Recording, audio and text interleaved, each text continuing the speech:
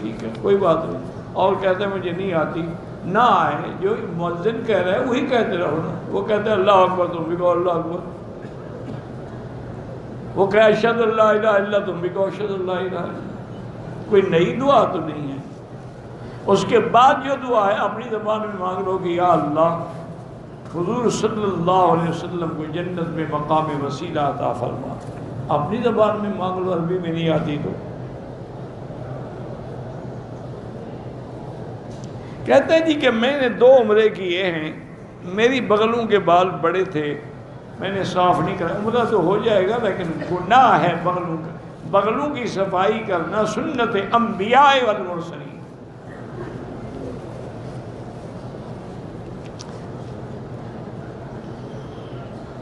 مقبوضہ کشمیر میں جو مسلمان ہیں وہ صبر کریں، اللہ نے ایک نہ ایک دن صبر والوں کی مدد کرنی ہے۔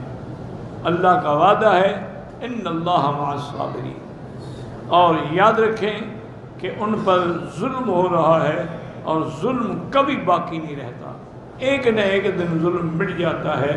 فرعون کا ظلم نہیں رہا، قارون کا ظلم نہیں رہا، نمرود کا ظلم نہیں رہا، ان کا بھی نہیں رہے گا۔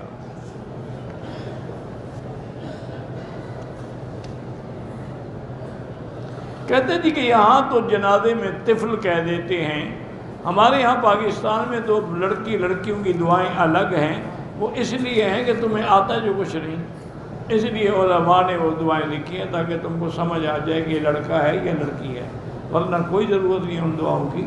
وہی ایک ہی دعا سب کے لیے ہے، اللہم اغفر لحینا ومیتنا وشاہدنا وغائبنا وصغیرنا وکبیرنا وذکرنا وانثانا، بس وہ تو ایک ہے۔ اگر کسی کو آتی ہو تو اللہم اجعل لنا سلفا واجرا، اللہم اجعلہ لنا ولوالدیہ ذخرا وشافعا ومشفعا، تو مانگ لے، ورنہ کوئی ضروری تو نہیں ہے۔ وہ آپ کے ملک میں تو حضرت کیا کیا نہیں ہوتا۔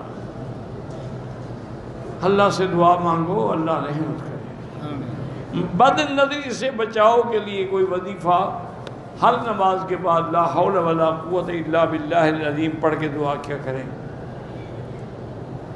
نماز میں قرآن پڑھنے میں دل نہیں لگتا، ہمیں دل لگانے کا حکم نہیں، ہمیں پڑھنے کا حکم ہے۔ دل لگتا ہی پڑھنے سے ہے۔ جس دن تمہارا دل گناہوں سے پاک ہو جائے گا لگ جائے گا۔ جب تک عقل حرام ہوگا کوئی دل نہیں لگے گا۔ لوگوں کی عورتوں کو دیکھتے رہو اور کہو نماز میں دل لگ جائے، کیسے ہو سکتا ہے؟ خیانت تو ہر وقت ہو رہی ہے۔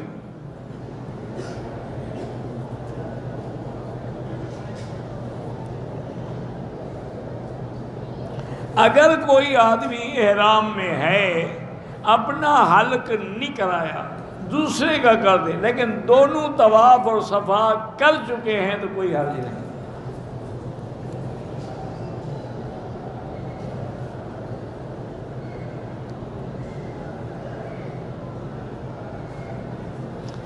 میں امریکہ میں رہتا ہوں، اپنی سالی کا بیٹا اپنا بیٹا بنا کے لے گیا تھا اسکول میں، اور پتہ نہیں کیا ہے، میرا نام ولدی، بہرحال اس کا نام ولدیت وہی رہے گا جس کا وہ بیٹا ہے، تمہیں اپنے نام لکھنے کا حکم نہیں ہے۔ احتیاطاً قانون سے بچنے کے لیے اس کے اصل باپ کے نام کے ساتھ اپنا بھی چھوٹا سا اڑا دو، قانونی مجبوری ہے نا، ورنہ نام وہی رہے گا جس کا بیٹا ہے۔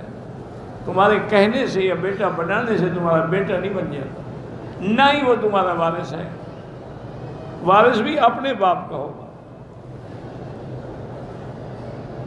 کہتے ہیں کہ یہ دسترخوان لگائے جاتے ہیں، یہ کس مد میں لگا، ان سے پوچھو جو لگاتے ہیں، وہ سارے کام آپ نے میرے ذمہ لگائے نہیں۔ اب 100 آدمی دسترخوان لگائے، مجھے کیا پتا سب کی نیت کیا ہے۔ آپ ایسا کریں دسترخوان لگائیں تو ایک ایک سے پوچھنا شروع کرو، جو بھی لگاتا ہے کار خیر ہے وہ ٹھیک ہے، تمہیں مفت کا مال مل رہا ہے، تمہیں تحقیق کی کیا ضرورت ہے۔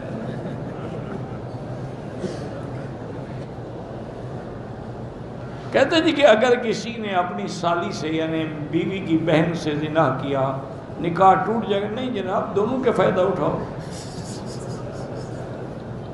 نکاح نہ ٹوٹے تو پھر تو لگے رہو گے نا۔ انا للہ و انا الیہ راجعون، سب سے بڑا گناہ یہ،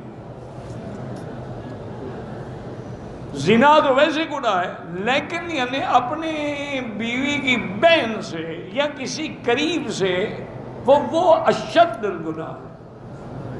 توبہ کرو اور اللہ سے رجوع کرو۔